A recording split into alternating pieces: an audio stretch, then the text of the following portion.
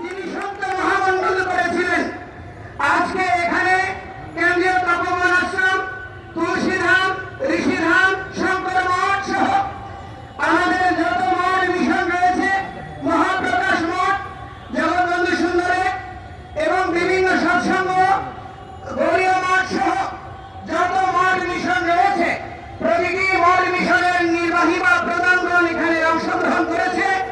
এই জন্য সংখ্যালঘু সম্মিলিত জোট এবং সনাতন জাগরণ মঞ্চ উভয় পটভূমি থেকে আমি সমস্ত সন্তানদেরকে কৃতজ্ঞতা এবং প্রণাম নিবেদন করছি।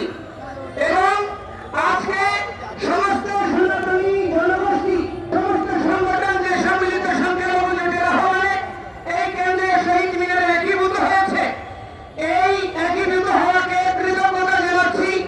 এবং আপনাদের এই উত্তরদায়িত্ব পালন করার জন্য আপনাদের পূর্বজরাও, আপনাদের পূর্বপুরুষরাও গর্বিত হবে বলে আমি দৃঢ় বিশ্বাস করি। আজকে আমরা বাঙালিরা এই বঙ্গভূমির সন্তান। একটা জিনিস মনে রাখবেন, পৃথিবীর আন্তর্জাতিক প্রতিটি সনদে ভূমিপুত্রদের স্পেশাল অধিকার রয়েছে। অথচ আজকে আমরা এই যে বঙ্গভূমি বাংলাদেশ বলছি, এই বঙ্গ শব্দটা আসছে কোত্থেকে? এই বঙ্গ